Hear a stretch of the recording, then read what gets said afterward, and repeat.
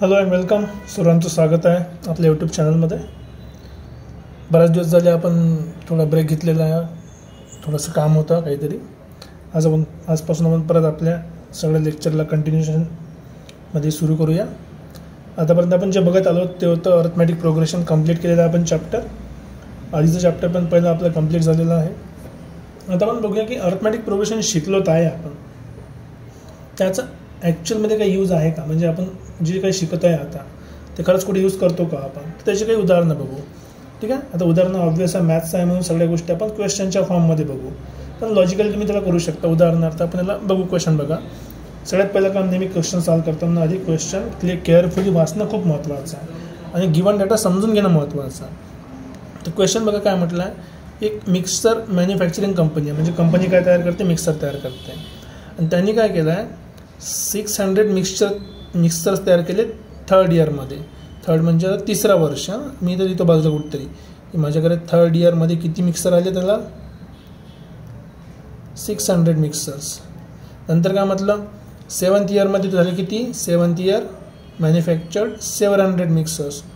7th year, ठीक आहे, 7व्या वर्षी किती बनवले आहे, 700 मिक्सर्स. आता काय म्हटलं त्यांनी, हे खूप इम्पॉर्टंट लाईन आहे. In every year there is same growth. Same म्हणजे काय होते, सारखी. तर प्रत्येक वर्षी म्हणजे हा तिसरा वर्ष आहे, हा चौथा वर्ष आहे, 5वा वर्ष आहे, 6वा वर्ष आहे, 7वा वर्ष आहे. प्रत्येक वर्षीची ग्रोथ आहे, म्हणजे नवीन नवीन मिक्सर तयार करायची, ते काय आहे, कॉन्स्टंट आहे. आणि आपल्याला माहिती आहे जेव्हा आपली ग्रोथ कॉन्स्टंट असते, प्रत्येक गोष्टीमध्ये आपण कॉन्स्टंट नंबर ॲड करतो. हे जे सिक्वेन्स बनला आहे, हा सिक्वेन्स कशाचा बनला आहे, AP चा. म्हणजे अर्थमॅटिक प्रोग्रेशनचा बनलेला आहे. आणि तुम्हाला काय फाइंड करायचं आहे, production in first year, production in 10th year आणि total production in first 7 year. Okay, no problem. आता आपल्याला मिक्सर तयार करायचे, सगळ्यात पहिले आपण काय लिहिणार आहे, गिवन आपल्याला माहिती आहे. गिवन लिहायच्या आधी आपण ॲझम्पशन करू काहीतरी. लेट्स से ॲझम, पहिले तर आपण ॲझ्युम करू, तर गिवन नंतर लिहा. ठीक आहे, आपण ॲझ्युम करू. स्टार्टिंगपासून कंपनी सुरू केलं तर काही असणार नाही, असं होऊ शकत नाही. त्याने मिक्सर सुरू केलं असं बनवणं बिलकुल सुरुवातीपासून. थर्ड इयरला डायरेक्ट तर पोहोचला नाही. ॲझ्युम करा लेट ॲझ्युम की total number of mixers in n year. ठीक आहे, this is number of mixers, total नाही, number of mixers in nth year. nth म्हणजे n नंबरच्या इयरमध्ये. तर तिसरा असला तर तिसरा इयर, चौथा असेल तर चौथा इयर. तर या लॉजिकली आपल्याला तिसऱ्या इयरला किती भेटले आहे, 600 भेटले आहे. 7व्या इयरला किती मिक्सर तयार भेटलेले आहे, 700 भेटले आहे ना. आता तिसऱ्या इयर त्यांना 600 भेटले असेल त्याला, त्याचा अर्थ काय की याच्या आधी पण काही तयार केले असणार. So let's say company started with, assume करू आपण, लेटेस्ट कंपनी स्टार्टेड विथ, सुरुवात स्टार्ट केली असतं ना, स्टार्टेड विथ समजा ए मिक्सर्स. एवढ्या मिक्सरपासून स्टार्ट केले, आधीच्या एवढे मिक्सर्स होते. मग इथून त्यांनी मॅन्युफॅक्चरिंग वाढवली. अँड कॉन्स्टंट इन्क्रीमेंट किंवा सेम ग्रोथ. आता प्रत्येक वेळेस काही ना काही मिक्सर वाढत चालले ना, तर आपण काय करू, त्या मिक्सर वाढणाऱ्याला काहीतरी म्हणू आपण की जे सेम ग्रोथ आहे मिक्सरची, सेम ग्रोथ इज D. बघितलं आपण, third year, 4th year, 5th year, 6th year, 7th year, हे काय कॉन्स्टंट ग्रोथ आहे आपली. ओके, तर आपल्याकडे त्या सगळ्या गोष्टी अवेलेबल आहे. आता ज्या ज्या गोष्टी अवेलेबल आहे, ह्या अवेलेबल गोष्टीवरून जाता आपण काय करणार आहे, एक एक गोष्ट फॉर्म्युलेट करणार आहे.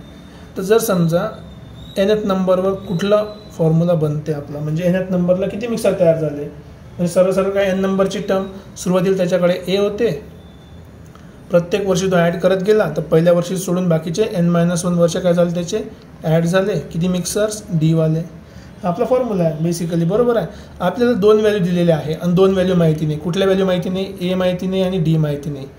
हे लॉजिक लक्षात ठेवा. A माहीत नाही, D माहीत नाही, म्हणजे 2 व्हॅल्यू माहीत नाही, म्हणून आपल्याला सॉल्व्ह करायला 2 इक्वेशन लागेल. हे आपण लिनियर इक्वेशनमध्ये शिकलेलं आहे. ठीक आहे, जेवढे इक्वेशन असेल आपल्याकडे तेवढे जेवढे व्हेरिएबल असेल तेवढे आपल्याला इक्वेशन पाहिजे कमीत कमी सॉल्व्ह करायसाठी. मग आता सिम्पली आपल्याकडे जे अवेलेबल आहेत त्याच्यामध्ये आपण व्हॅल्यू पुट करू की आपल्याकडे T3ची व्हॅल्यू आहे ना, तर T3ची जर व्हॅल्यू असेल तर काय झाला, तो A + 3 - 1 × D, किंवा इक्वेशन काय झाला, T3 = A + 2D. ठीक आहे.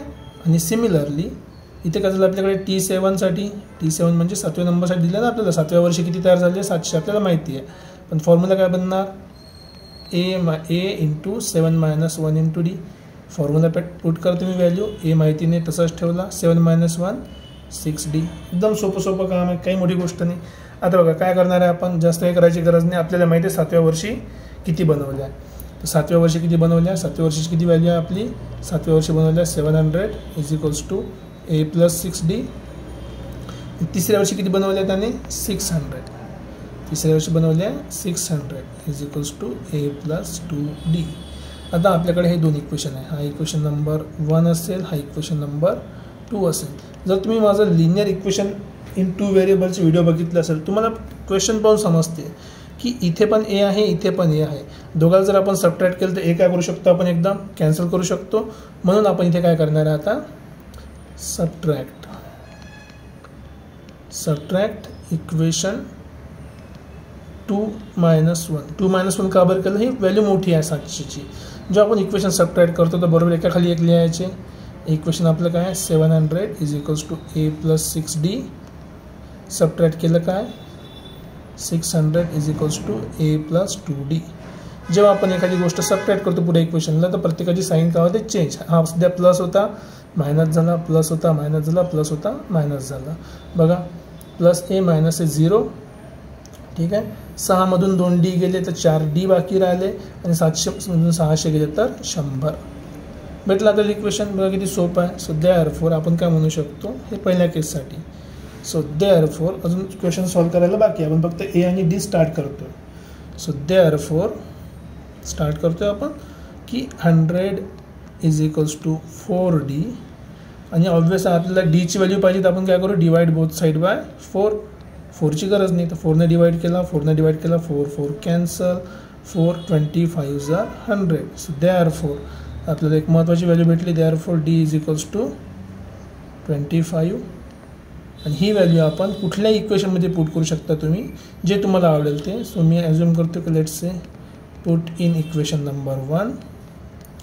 इक्वेशन नंबर 1 मध्ये पुट केलं तर हेच किती झालं 600 = 25 + 2d.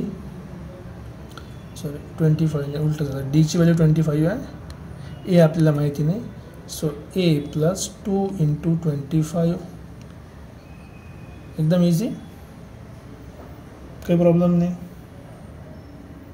ओके, आता बस सिम्पली काम करा, सिम्पली सॉल्व करना है.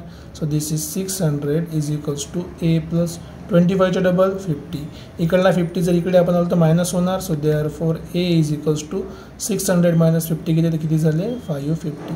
म्हणजे बघा जेव्हा त्यानं कंपनी स्टार्ट केली होती तर स्टार्टिंग तिच्याकडे किती होती, पहिल्या वर्षी 550 मिक्सर होते. देअरफॉर आपल्या पहिल्या क्वेश्चनचा आन्सर काय भेटला. So therefore question number 1, production in first year was production in first year was 550.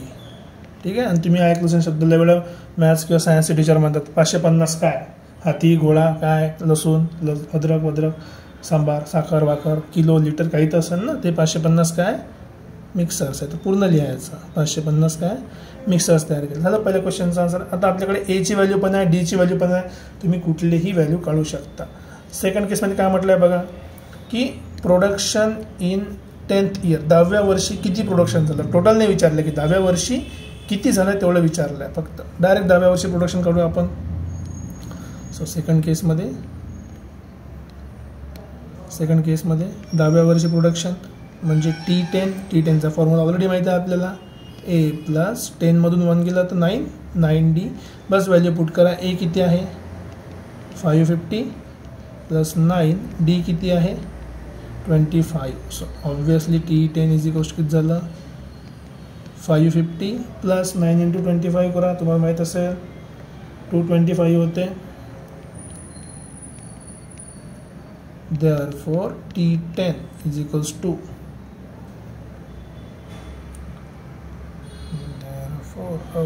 जागा कमी झाली का, ठीक काही प्रॉब्लेम नाही. सो देअरफॉर T10 = किती 775 मिक्सर्स. ठीक आहे. तुम्ही सेंटर म्हणजे व्हॅल्यू लिहू शकता. ती व्हॅल्यू कशाची असं की total production in 10th year is 775 mixers. एकदम सिम्पल. आता एक आणखी म्हटलं आहे total production in first 7 years. पहिल्या 7 वर्षात किती झालं, म्हणजे पहिल्या 7 वर्षात म्हणजे पहिल्या वर्षी, दुसऱ्या वर्षी, तिसऱ्या वर्षी, चौथ्या वर्षी, असे पहिल्या 7 वर्षात किती झाले. याचा अर्थ काय सगळ्याची ॲडिशन करायची आहे.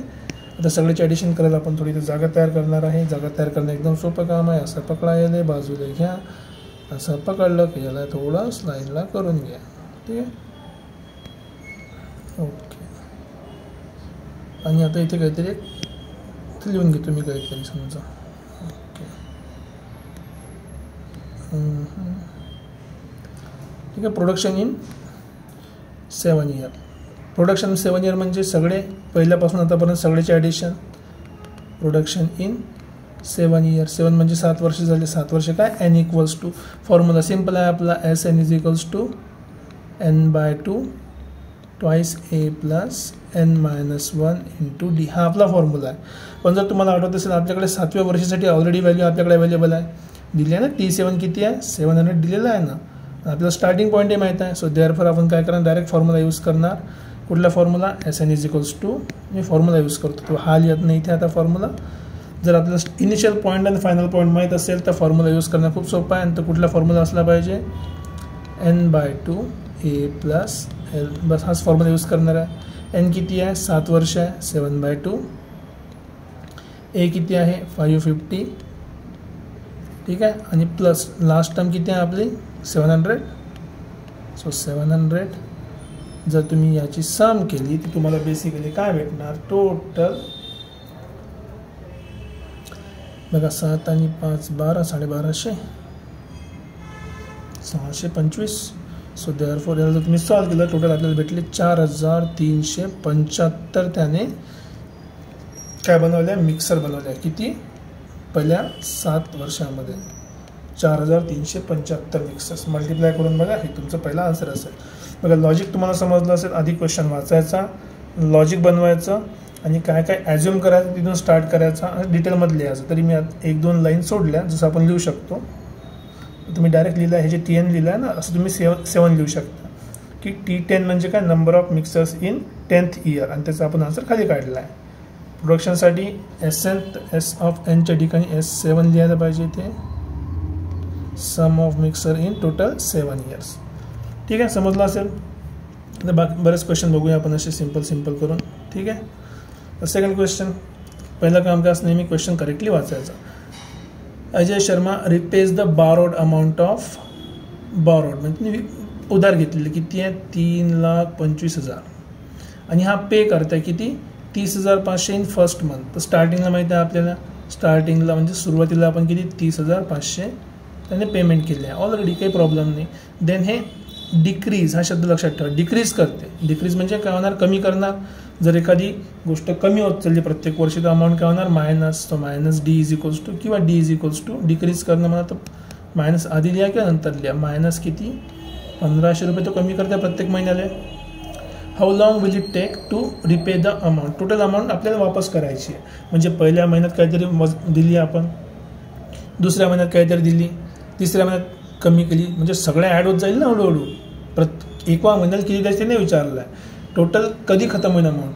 कधी खतम होईल म्हणजे आपण जसं कोणाला उधारी देऊ राहिलो तर पहिले 500 दिले, मग 700 दिले, मग 1000 दिले. असं काय करतो आपण की आतापर्यंत आपण किती दिले बघ तुझे पैसे 500 700 आणि 1000 2200 रुपये दिले. आपण असं ॲज्युम करतो कोणी. इथे तसंच आहे की पहिल्या महिन्यात जर 30 दिलं असेल 500 आणि प्रत्येक महिन्यात मी अमाऊंट देऊ राहिलो पण किती 1,500 रुपये कमी करून देऊ राहिलो. तर टोटल अमाऊंट देणं आहे मग डिक्रीज करणं. सो देअरफॉर आता सोल्युशन करताना काय लिहायचं तेच नेहमीसारखं. Let's say total amount to be repaid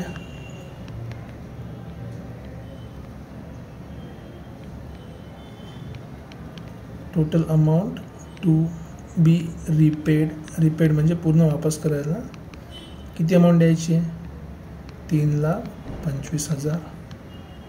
ठीक आहे रुपये 3,25,000 रुपये. नेक्स्ट त्यांना काय म्हटलं आहे की किती रुपये देतात तो. ठीक आहे. स्टार्ट विथ स्टार्टिंग अमाऊंट प्रत्येक मंथला पहिल्या मंथसाठी स्टार्टिंग अमाऊंट किती देणार आहे तो. स्टार्टिंग अमाऊंट देणार आहे तो 30,500. रुपये. ठीक आहे. आणि नेक्स्ट इम्पॉर्टंट आहे की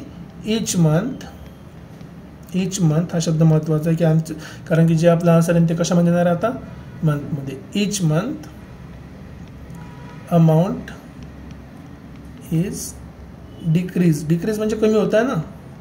सो डिक्रीज्ड बाय 1500 म्हणजे याचा अर्थ काय झाला की हा झाला आपला आता इथं आपण लिहू हा झाला आपला ए आणि हा झाला आपला -D कारण डिक्रीज होत आहे आणि टोटल अमाऊंट किती पे करायची आपल्याला हे झाली. टोटल अमाऊंट म्हणजे किती आहे एवढी सम आपल्याला पे करायची.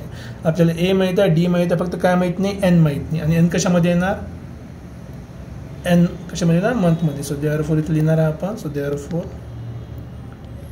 टोटल टाइम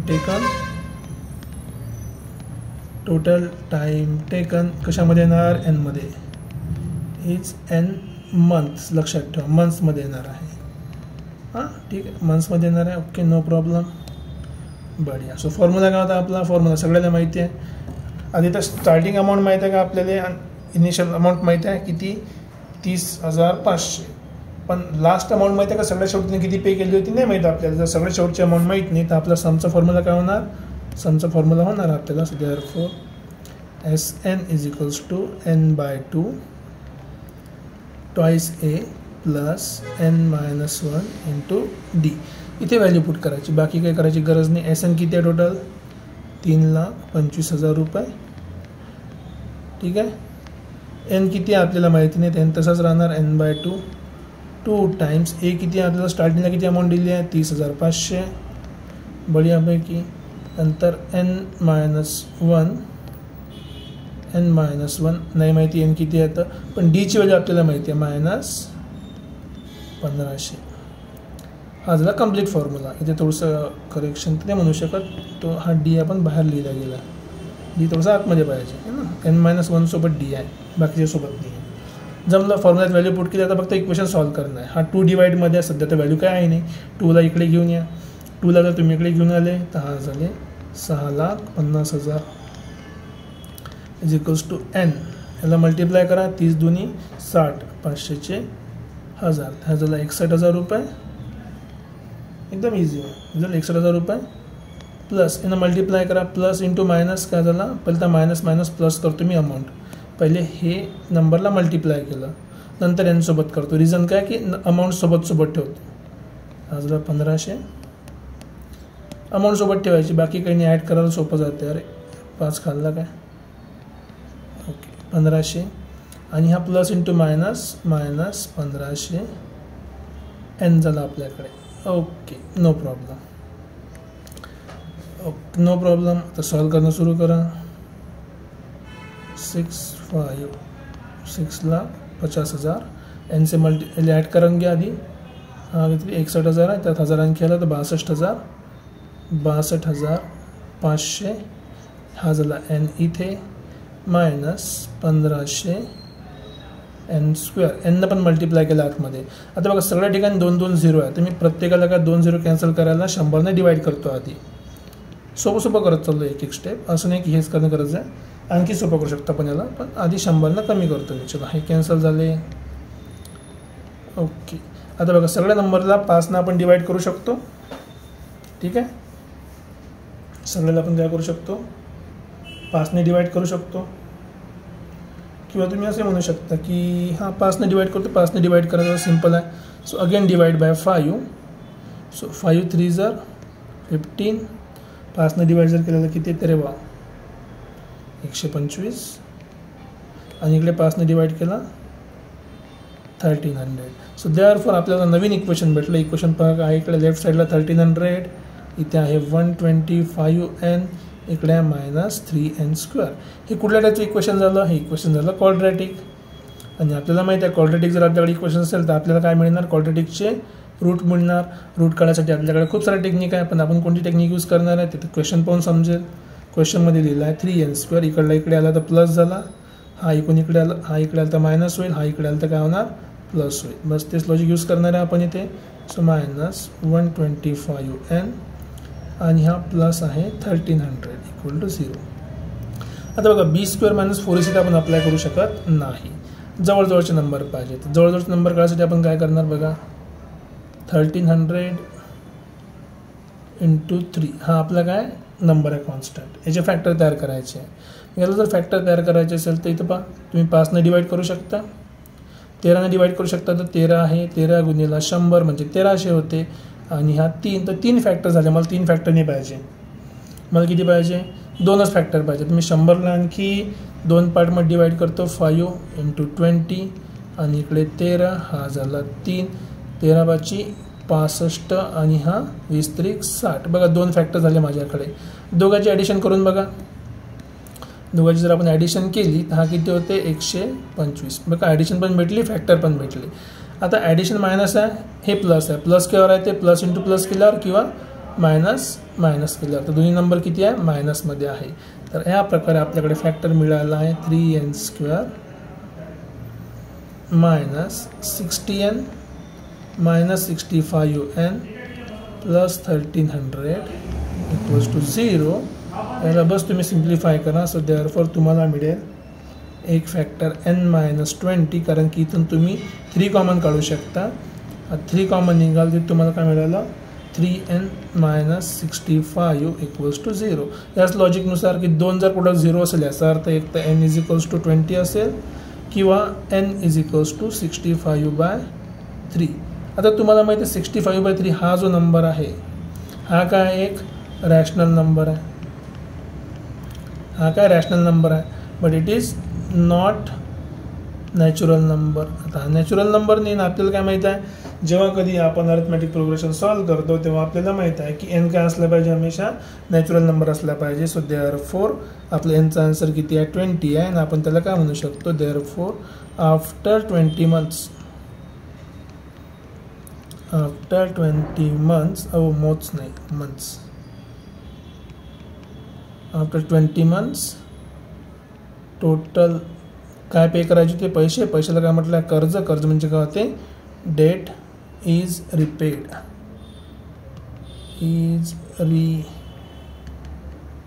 बघा आहे किती सिम्पल, एकदम इझी क्वेश्चन आहे, डिफिकल्ट नाही आहे. एक स्टेप समजून घ्यायची आणि सोल्युशन काढत राहायचं. नेक्स्ट क्वेश्चन लक्ष द्या. पहिलं स्टेप नेहमीसारखी, पहिलं स्टेप काय असते आपली, क्वेश्चन वाचायचा. नेक्स्ट स्टेप काय असते, क्वेश्चन वाचल्यानंतर त्यातले गिवन लिहून साईडला कुठेतरी त्याची आयडिया आपल्यासमोर ठेवायची. नंतरची स्टेप काय राहणार, एकदम सिम्पली क्वेश्चनला गिवन इक्वेशनवरून सॉल्व करणं. तर क्वेश्चन रिटर्न बघा आहे आपल्यासमोर, वाचून घ्या. तर बघा, Anwar saves some amount every month. तर प्रत्येक मंथमध्ये जमा करते, हे महत्त्वाचं आहे. फर्स्ट 3 months म्हणजे समजा आहे पहिला मंथ आहे, फर्स्ट मंथ, इकडे सेकंड मंथ, इकडे थर्ड मंथ आणि सोबत मग वाढत जाईल. पहिल्याच्या त्यानं किती जमा केले आहे, 200 रुपये. नंतर त्यानं किती केले आहे, 250 रुपये. वाढले पैसे जमा करायचे. नंतर 300 रुपये. तर प्रत्येक महिन्यात तो काय पैसे वाढवू राहिला आहे ना. आता हे पाहूनच तुम्हाला समजते की 200 रुपये त्याने किती रुपये वाढवले, 50 रुपये वाढवले. इथे पण किती रुपये वाढवले त्याने, 50 रुपये वाढवले. याचा अर्थ समोर पण तो काय करणार आहे, अशाच लॉजिकली 50 रुपये वाढवत जाईल. तर ऑब्व्हियसली आपल्याला माहीत आहे सुरुवात केली 200 पासून.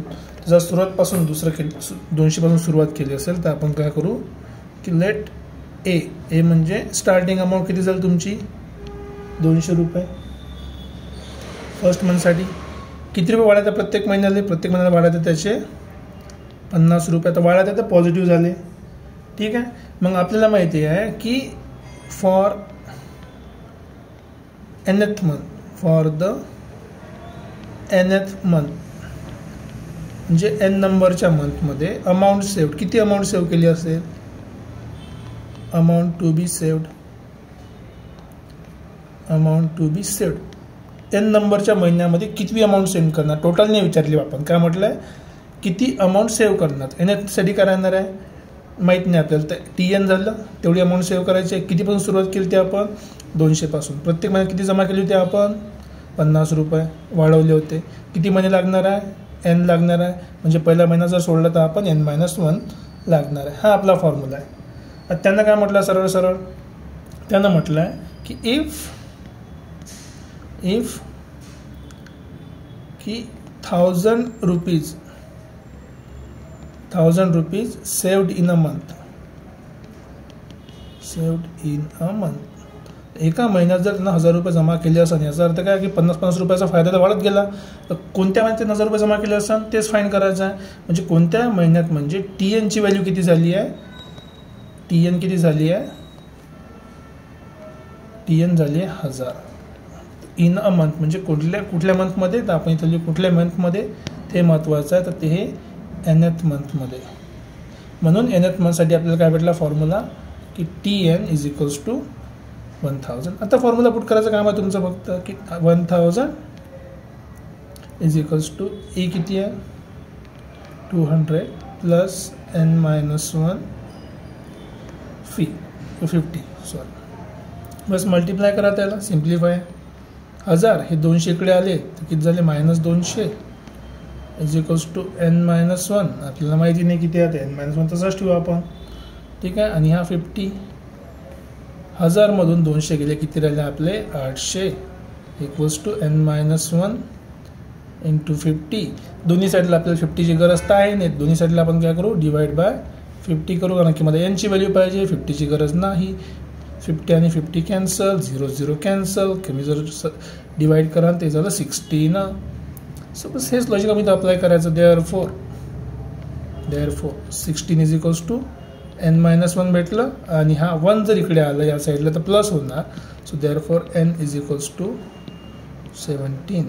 म्हणजे 17व्या महिन्यात त्याची किती अमाऊंट होणार 1000 रुपये. तर आपण काय म्हणणार देअरफॉर इन 17th 17 महिन्यात नाही 17व्या इन 17th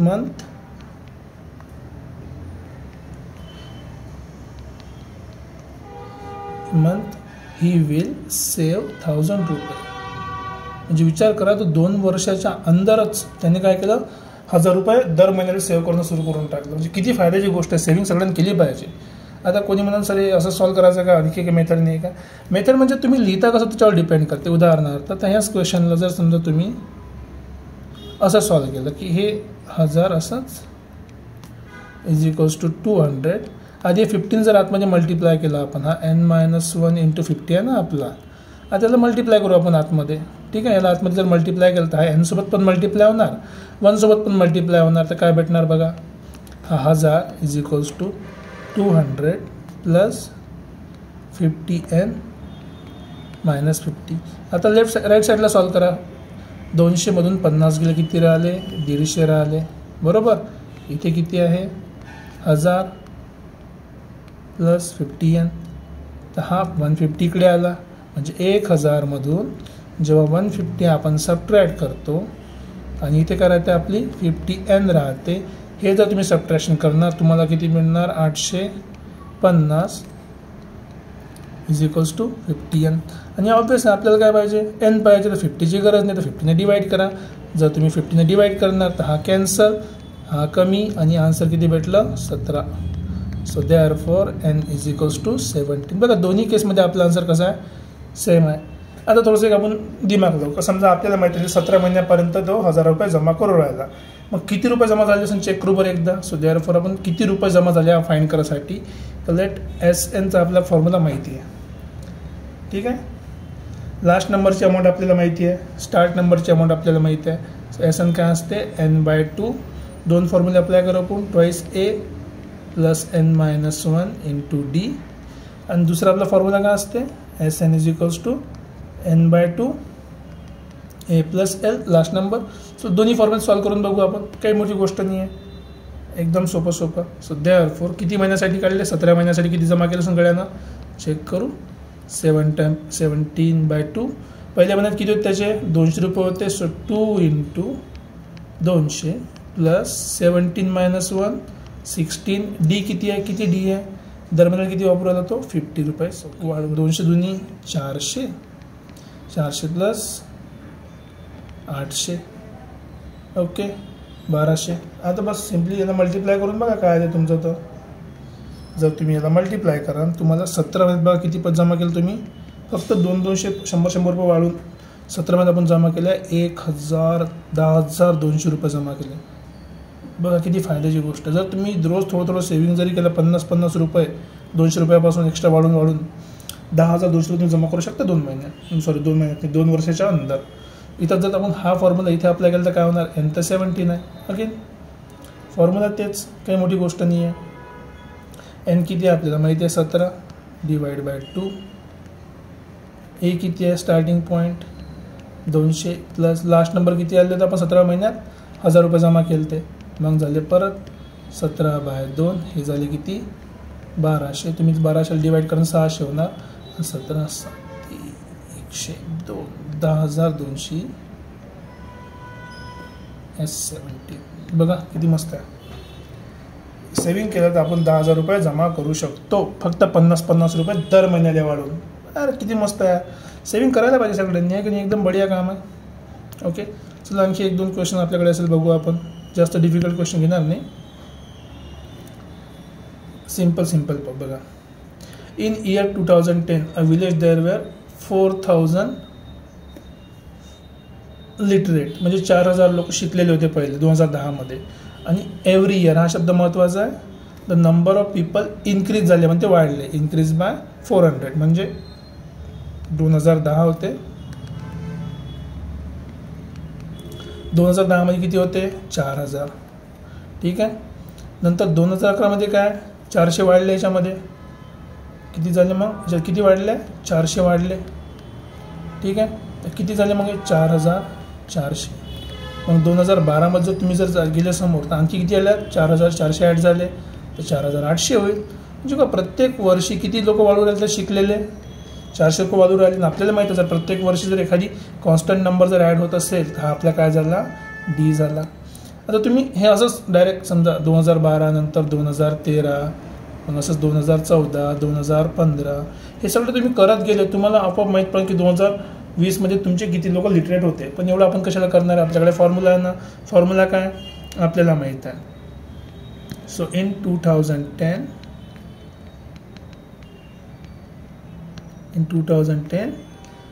लिटरेट पीपल किती होते 4,000.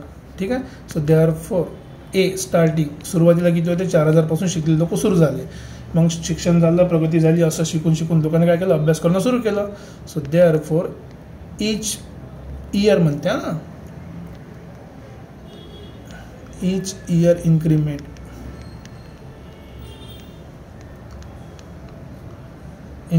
किती आहे, ईच इयर इन्क्रीमेंट 400. म्हणजे हा काय झाला आपला डी झाला. आपल्याकडे काय काय भेटलं बघा. आता आपल्याला भेटलं आहे ए, आपल्याला भेटलं आहे डी. आपल्याला कधी कळायचे आहे 2020 पर्यंत. So at the end of, हे थोडंसं महत्त्वाचं आहे, थोडं समजून घ्या. ॲट द एंड ऑफ महत्त्वाचं आहे. At the end of 2020. आता प्रॉब्लेम का होती इथे, जो तुम्हाला सगळ्यात जास्त प्रॉब्लेम काय होईल, जेव्हा आपण 2020ची गोष्ट करतो आपण काय म्हणतो 2010 पासून मोजणं सुरू केलं रे बाई, 2020 मध्ये खतम केलं मोजणं. म्हणजे किती वर्ष झाले असेल 10 वर्ष. गलत, 10 वर्ष नाही होत. किती वर्ष होते 11 वर्ष होते. बघा कसा इथे मी करून दाखवतो. समजा ही माझी लाईन आहे, इथून स्टार्ट करू आपण. बघा किती आपण 2010 पासून सुरुवात केली, नंतर 11 12 13 14 15 16 17 18 19 आणि शेवटी 2020. बघा किती वर्ष झाले. सुरुवात मोजून बघा तुम्ही, मोजून पहा बिलकुल किती वर्ष झाले. 1 हा पहिला, 2 3 है ना, 4 5 6 7 8 9 10 आणि 11. किती वर्ष झाले, n = 11 आले. खूप लोकांची चुकी काय होते की ह्या 10 वर्ष पकडतात, 10 वर्ष नाही, n = 11 year, and that is after 11 years. हे महत्त्वाचं आहे. सो देअरफॉर n = किती आहे 11 आहे. झालं, ही गोष्ट आपल्याला माहिती आहे. सिंपल फॉर्म्युला आहे T11. 11 वर्षानंतर किती लिटरेट झाले ते टोटल नाही विचारलं आहे. इन द इयर 2020 म्हटलं आहे. इन इयर म्हणजे 2020 मध्ये किती शिकलेले राहणार. So in the year total नाही विचारलं आहे. कारण की कसं आहे, दरवर्षी नवीन लोक येऊन बसणार नाही तिथं. जे पहिले होते तेच वाढत जाईल हळूहळू. नवीन येऊन बसले म्हणजे ॲड होत गेले प्रत्येक वेळेस 400 लोक बाहेरून येणारे, बाहेरून येत नाही आहे तिथं. काय झालं ॲक्च्युली तिथलेच लोक दरवर्षी 400 एक्स्ट्रा शिकत जाते. सो फॉर्म्युला काय असते आपला A plus n-1 into D, बस formula. So T11 is equals to A किती आहे सुरुवातीला होते 4000 लोक होते शिकलेले, नंतर किती 11 वर्षामध्ये -1 आणि किती लोक वाढतात दर वर्षाला 400 लोक लिटरेट होत आहेत. बस बिलकुल सिम्पल आहे बघा. 4000 प्लस 10 इंटू 400, 400 गुणिले 10 4000 होते. So T11 4000 plus 4000. सो आपण काय म्हणू सरळ सरळ therefore T11 is equals to 8000 लोक शिकले जास्त पहिल्यापेक्षा जास्त. So therefore in year 2020 8000 people will be literate. 4000 पेक्षा डबल झालेले आहे, किती झाले 8000 पीपल विल बी लिटरेट. किती सिम्पलसा क्वेश्चन आहे का नाही, काही डाऊट नाही, एकदम सिम्पल. एक एक स्टेप एका टाईमला करायचं, तुम्हाला कधी कशामध्ये डाऊट येणार नाही. आणखी 1-2 क्वेश्चन बघूया मग थांबून जाऊ आपण. बघा क्वेश्चन वाचणं सुरू करा की इन 2015 15पासून स्टार्ट होऊ राहिला आपल्याला माहिती आहे, ठीक आहे. तर लिहू शकतो आपण इथे की 2015पासून स्टार्ट झाला तेव्हा सॅलरी किती होती. काय म्हणते miss Shaikh got a job with salary per year, ठीक आहे. 1,80,000 काहीतरी सॅलरी होती.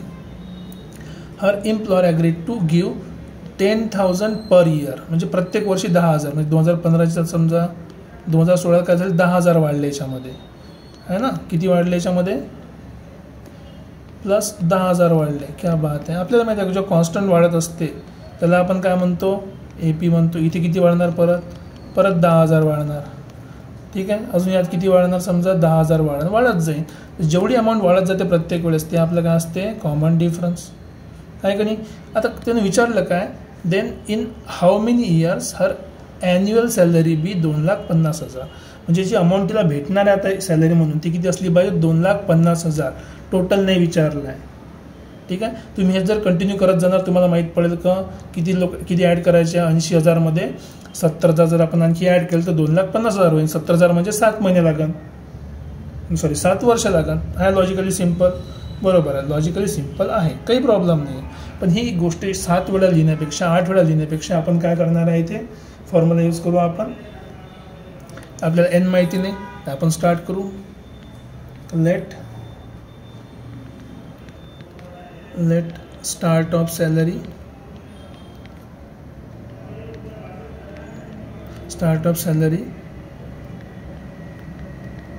1,80,000 म्हणजे हे काय झालं आपली starting amount. So A is equals to 1,80,000. क्या बात आहे, ठीक आहे. नेक्स्ट आपल्याला किती इयर माहीत नाही पण इन्क्रीमेंट माहीत आहे. D is increment per year, प्रत्येक वर्षी वाढतं. लक्षात ठेवा जेवढा आपण लिहितो आपण ते पर इयर तर आपल्याला माहिती आहे आपला आन्सर पण कशामध्ये आला पाहिजे इयरमध्ये आला पाहिजे. So D is equals to किती आहे 10,000, ठीक आहे. A माहीत आहे D माहीत आहे आपल्याला, काही प्रॉब्लेम नाही. आता काय काढायचं आहे n माहिती नाही. सो लेट आपण ॲज्युम करू की लेट आफ्टर n इयर्स, ठीक आहे. After n years salary is 2,50,000, ठीक आहे. ही सॅलरी आहे. आता सॅलरीचा फॉर्म्युला काय असणार n इयर नंतर सॅलरी काय असणार स्टार्टिंगपासून सुरू होईल. स्टार्टिंग किती आहे A plus n-1 into D आणि बस फॉर्म्युल्यामध्ये व्हॅल्यू पुट करा. TN किती आहे सॅलरी किती झाली पाहिजे 2,50,000 सॅलरी झाली पाहिजे. सुरुवात करून केली होती 1,80,000 पासून. n आपल्याला माहिती नाही तर n-1 तसाच ठेवला. किती कॉमन डिफरन्स होता दर महिन्याचे 10,000 वाढत आहे. आता इथे एक गोष्ट जस्ट मी तुम्हाला नोट करतो, जेव्हा ब्रॅकेटच्या बाहेर मी नंबर लिहितो याचा अर्थ काय की ह्या दोघांच्या मध्ये काय मल्टिप्लिकेशन साईन आहे, ठीक आहे. आता ब्रॅकेटच्या बाहेर असण्याचाच अर्थ काय होतो नॉर्मल ते मल्टिप्लिकेशन साईन आहे. ही एक काय हॅबिट आहे माझी लिहायची, तर समजू शकता तुम्ही. मल्टिप्लाय साईन लिहिली किंवा नाही लिहिली यांना फरक पडत नाही. ब्रॅकेटच्या बाहेर म्हणजे दोघांमध्ये काय मल्टिप्लाय साईन आहे, ओके. आता ही व्हॅल्यू इकडे ट्रान्सफर करतो मी, कारण की मला n-1 पाहिजे, याची काही गरज नाही आहे. याला जर तुम्ही इकडे ट्रान्सफर केलं तुम्हाला काय मिळेल, एकदम सिम्पली टोटल होते माझे 2,50,000. त्यातून किती काढायचे आहे, 1,80,000 इज इक्वल्स टू किती झाले, n-1 इंटू 10,000. बरोबर. 50,000 80,000 गेले किती त्याते 70,000 रुपये. 70,000 रुपये, क्या बात आहे.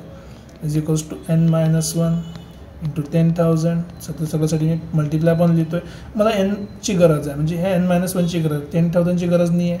मी 10,000 बाहेर काढून टाकतो, डिवाईड दोन्ही साईडला. 10,000 डिवाईड केलं तर हा कॅन्सल झाला.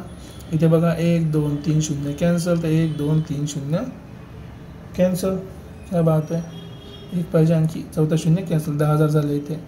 ओके. तर n-1 किती भेटलं तुम्हाला.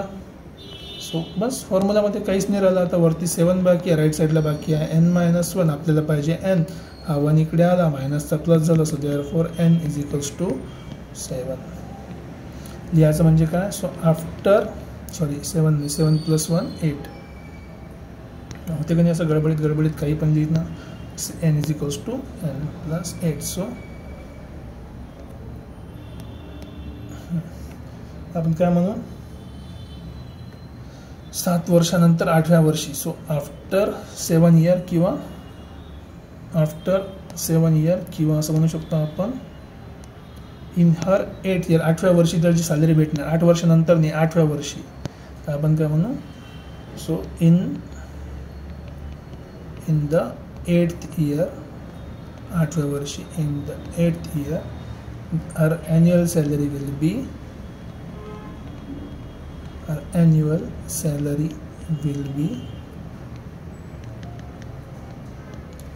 2,50,000. आता हे थोडं समजून घ्या. कारण मी काय म्हटलं आपण की दरवर्षी 10,000 वाढवते, आपल्याला किती हजार वाढवायचे आहे, 70,000 वाढवायचे आहे. तर 7 वर्षात वाढले पैसे. तर सुरुवातीचं वर्ष आपण सोडलं ना, की पहिल्या वर्षी सॅलरी किती आहे तिची 1,80,000 बरोबर, आणि पुढचे 7 वर्षात वाढली. तर टोटल किती वर्ष झाले, 8वं वर्ष. 8वं वर्ष सुरू असताना जो पगार भेटला तो किती आहे, 2.5 लाख रुपये. है ना, एकदम इझी. आणि एक लास्ट क्वेश्चन थोडं जॉमेट्रिकल टाईप आहे, फक्त समजून घ्या. क्वेश्चन वाचणं समजणं एकदम सोपं आहे. बघा लॉजिकल काय, एकदम सोपी गोष्ट आहे की पहिले एक सर्कल काढला आपण, सर्कल काढला इथून, त्याचा रेडियस होता 0.5. मग बीवर पॉईंट ठेवला, त्याचा रेडियस झाला 1. मग परत एवर पॉईंट ठेवला, रेडियस केला 1.5, वाढला. म्हणजे प्रत्येक वेळेस काय होतं आहे, रेडियस वाढत आहे. आणि आपल्याला काय काढायला सांगितलं आहे, find the length of spiral shape. म्हणजे ही लेंथ काढायची, जशी ही सर्कलचा लेंथ आहे, ही जी सर्कलची लेंथ आहे, ही सर्कलची लेंथ काढायची आहे. आता लेंथ म्हणजे काय झालं, पेरिमीटर. तर आपण काय करू की लेट ॲज्युम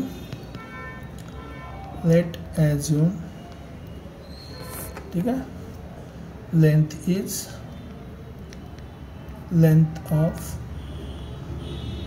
ॲझ्युम म्हणण्यापेक्षा आहेच ते, लेट ॲझ्युम म्हणण्यापेक्षा ते ऑलरेडी आहे, ॲझ्युमची गरज नाही. लेट लेंथ ऑफ पेरिमीटर ठीक आहे, जी लेंथ ऑफ पेरिमीटर आहे, length of perimeter added to form length of spiral. कारण की स्पायरल कशामुळे बनला आहे, सगळ्या पेरिमीटरला ॲड करू, हा पेरिमीटर प्लस हा पेरिमीटर प्लस हा पेरिमीटर. सो स्पायरलची लेंथ भेटली, अशी किती ॲड करायची आपल्याला, found by 13 such half circle. So 13 सर्कलचे पेरिमीटर पाहिजे, पूर्ण पेरिमीटरनी हाफ. लेंथ ऑफ हाफ पेरिमीटर लिहिणं बरं राहणार. Half perimeter added to form a length of spiral. म्हणजे सरळ काय, length of spiral is equals to length of spiral is equals to पहिल्या पेरिमीटरची लेंथ प्लस दुसऱ्या पेरिमीटरची लेंथ प्लस तिसऱ्या पेरिमीटरची लेंथ अँड सो ऑन. कितीपर्यंत सांगितलं त्याने, 13 पाहिजे म्हणते, P13. ओके. म्हणजे ॲडिशन करायची सरळ. आपण फॉर्म्युला कायचा यूज करणार आहे, ॲडिशनचा. आता व्हॅल्यू करा, बस तेच आहे. So length L is equals to sum करायचे, पण सम करायचे म्हणजे पेरिमीटरची व्हॅल्यू देऊ. पहिला पेरिमीटर किती लिहिणार आहे बघा, हा पेरिमीटर आहे आपला 0.5 रेडियसचा, हा पेरिमीटर आहे 1 रेडियसचा, हा पेरिमीटर आहे 1.5 रेडियसचा, आणि हे वाढत जाईल. ठीक आहे, आपल्याला माहिती नाही. मग जर हे रेडियस आधी पहिली व्हॅल्यूज लिहून घ्या, नंतर बघू काय आता. सो सगळ्याचे ॲडिशन करायचे आहे. पहिले पेरिमीटर किती आहे, पेरिमीटरचा फॉर्म्युला कोणाला माहिती आहे का? नसेल माहिती लक्षात ठेवा. पेरिमीटर किती असते? पाय इंटू 2r किंवा 2πr. पण आपल्याला किती पेरिमीटर पाहिजे? आपल्याला पाहिजे हाफ पेरिमीटर. तर आपण त्याला काय करणार? 2ने डिवाइड करणार. आपल्याला काय पाहिजे? Half perimeter. तर आपण त्याला काय करणार? 2ने डिवाइड करणार. 2ने डिवाइड केलं तर 2 2 कॅन्सल म्हणजे पाय r झाला. पहिल्या पेरिमीटरचा आन्सर किती होणार? पहिला r. ठीक आहे. पहिल्या पेरिमीटरचा आन्सर पाय इंटू r1. दुसऱ्या पेरिमीटरचा पाय r2. तिसरा पेरिमीटर पाय r3. असं वाढत जाईल कधीपर्यंत? 13व्या पेरिमीटरसाठी. सो पाय r13. बघा किती सोपं होत चाललं शब्द आता. सो एल तसंच आहे. इथे पाय आहे, इथे पाय, इथे पाय, प्रत्येक टर्ममध्ये पाय आहे. तर मी तो पाय बाहेरच लिहिला नाही पाहिजे मला इथं. मग अंदर करायला r1 plus r2 plus r3 कधीपर्यंत? r13पर्यंत. बरोबर. तर व्हॅल्यू पुट करणं सुरू करा. सो पाय r1 किती आहे? 0.5. r2 किती आहे? 1. r3 किती आहे? 1.5. आणि 13वाला r मला माहीत नाही. पण आपल्याला एक गोष्ट माहीत आहे बघा, ही रेडियस वाढत चालली. रेडियसमध्ये प्रत्येक वेळेस कधी वाढू राहिली? कॉन्स्टंट नंबर वाढू राहिला ना. पहिले 0.5 होता, मग 1 झाला. कितीची इन्क्रीमेंट झाली? प्लस 0.5ची. 1 पासून 1.5 झाला. कधी इन्क्रीमेंट झाली? प्लस 0.5ची. तर जेव्हा आपले कॉन्स्टंट इन्क्रीमेंट असतात, हा काय झाला? आपला डी झाला. स्टार्ट कुठून केला? 0.5 पासून. बस एवढं सिम्पलचं काम आहे. हे सगळं काय? एक ए पी आहे. व्हॅल्यू पुट करणं सुरू करा डायरेक्ट. सो ए पीचा फॉर्म्युला काय होता? इथे मुद्दा म्हणून लिहितो मी. 13व्या नंबरची टर्म काय होणार? ए प्लस n-1 इंटू डी. हे 13 नंबरची टर्म आहे आणि इथे n इक्वल्स टू किती आहे? 13. बस बस बस समजलं तुम्हाला लॉजिक? एकदम बढिया.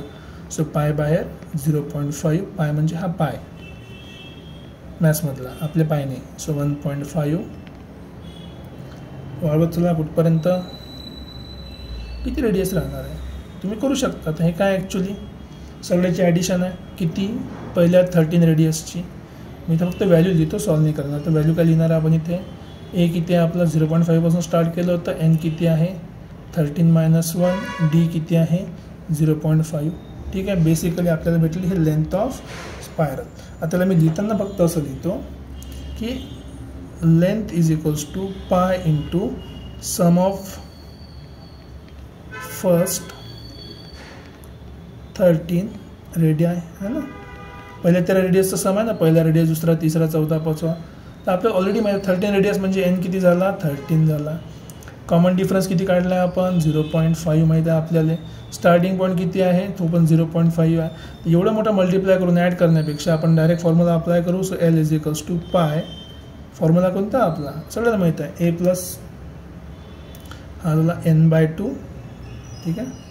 फॉर्म्युला लिहू का आधी? ओके ठीक आहे. n/2 ट्वाईस ए प्लस n-1 इंटू डी. आणि या केसमध्ये n किती आहे? ही व्हॅल्यू आहे आपल्या सगळ्या.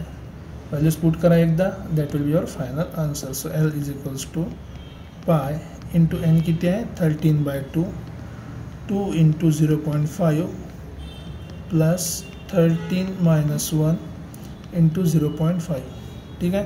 व्हॅल्यूज जर तुम्ही पुट केले तुम्हाला मिळेल पाय 13/2. अर्ध्याच्या डबल 1 होते. 13 पण 1 गेला 12. 12चे अर्धे झाले 6. ठीक आहे. सो देअरफॉर आता इथे व्हॅल्यू तुम्ही लेंथ इज इक्वल्स टू सगळ्या व्हॅल्यू एकसाथ मल्टिप्लाय होणार. पाय इंटू 13/2 इंटू 6 आणि 1 7. पायची व्हॅल्यू आपल्याला दिलेली आहे. ती व्हॅल्यू मुद्दा म्हणून दिली आहे कारण की तुम्हाला ती व्हॅल्यू यूज करायची आहे. किती दिली व्हॅल्यू पायची? 22/7. तर तेच यूज करायची कारण त्याने क्वेश्चन सिम्प्लिफाय होते. So length of spiral 22/7 into 13/2 to 7. 7 7 cancel. बघा इकडे मल्टिप्लाय, इथे डिवाइड. तुम्ही काय करू शकता? कॅन्सल. 22ला डिवाइड करता 11 इंटू 13 इज इक्वल्स टू करांत 143 येते. So therefore length of spiral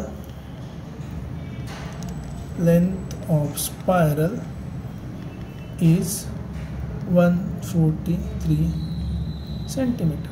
बघा किती सिम्पलचा क्वेश्चन होता. फक्त एक एक लॉजिक. इथं आपल्याला ए पी कधी भेटलं? आतमधले व्हॅल्यूज पुट केल्यावर भेटलं. हे लक्षात ठेवा. व्हॅल्यू पुट केल्यानंतर आपल्याला काय भेटलं? इथे ए पी भेटलेला. ओके. तर अशा प्रकारे आपण अर्थमॅटिक प्रोग्रेशनचा रिअल लाईफमध्ये याचा यूज करू शकतो शिकायसाठी किंवा रिअल लाईफचे क्वेश्चन सॉल्व करायसाठी. ते आपण बघितले. फक्त आपल्याला मॅथ्समध्ये काय सवय आहे की कुठलाही कंडिशन जी आपल्याला दिली असेल ते कशामध्ये दिली पाहिजे, क्वेश्चनच्या फॉर्ममध्ये. तुम्ही ते क्वेश्चन बनवा आणि मग त्याचा आन्सर करा. ठीक आहे. तर असं मी आशा करतो तुम्हाला हा टॉपिक समजला असेल. जर तुम्हाला लेक्चर आवडलं असेल तर लाईक, शेअर आणि सबस्क्राईब करणं आणि होईल तेवढं स्टुडंटपर्यंत व्हिडिओ लेक्चर पाठवा, त्यांना पण समजायला मदत होईल. भेटूया नेक्स्ट लेक्चरमध्ये. तिथे आपण मॅथ्स 2चा फर्स्ट चॅप्टर स्टार्ट करूया. See you in next lecture. Take care. Bye bye.